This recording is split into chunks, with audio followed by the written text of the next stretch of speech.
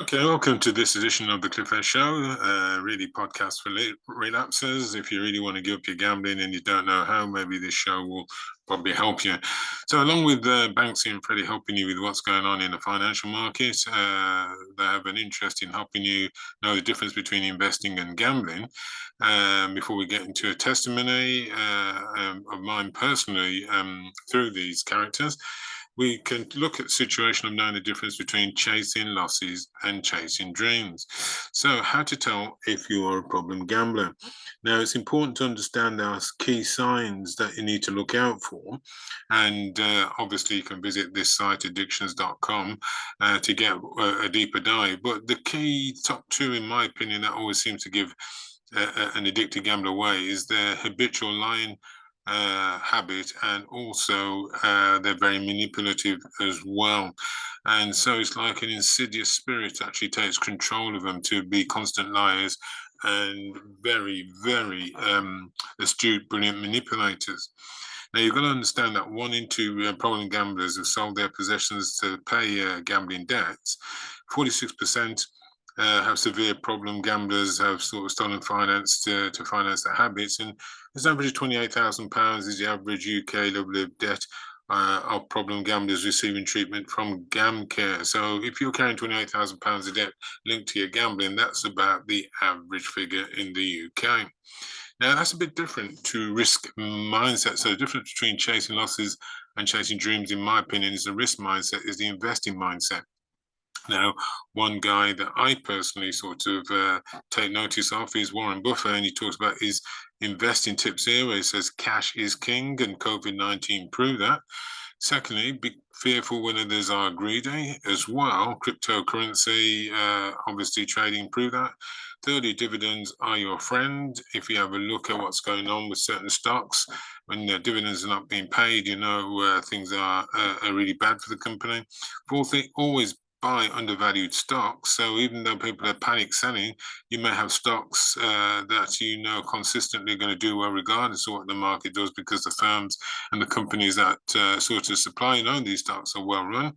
And more importantly, buy and hold. The average investor looks at 10 years when they buy stock to sit on it for 10 years. And so that's a different mindset to chasing losses in a casino, etc., etc. Somebody like Michael Burry, you look at his portfolio, I'm sure you can find that at the Investing Academy and all that, and see the breakdown of the stuff that he has, and that changes from what you're seeing published today. So you follow people like him as well. If you're prepared to hang on to stocks for 10 years plus, these two people, you're not going to go too far wrong in your investment strategy when it comes to your retirement. Now, from a personal point of view, in May 1998, when you get the opportunity to find out my story of a bet with God, you'll understand how important it is to know the distinction between chasing losses and chasing dreams. And you'll find that people who are just addicted gamblers really don't have any transferable skills.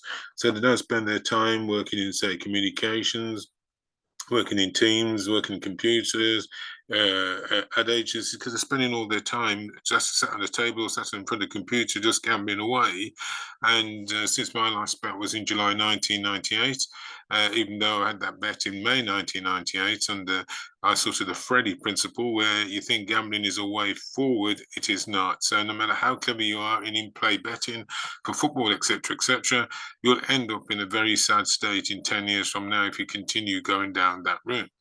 Now, in terms of investing, the Banksy approach, and this is after launching the company that I run now in September 2018, helping people who are suffering from divorce, especially, and handle the psychological side effects of dealing with divorce. But it was first tested and launched in the market in September 2018, and helping them set spiritual goals. So by investing my time since then, today the company is on the global internet, and we visit various places as well, and we have products and books and stuff out.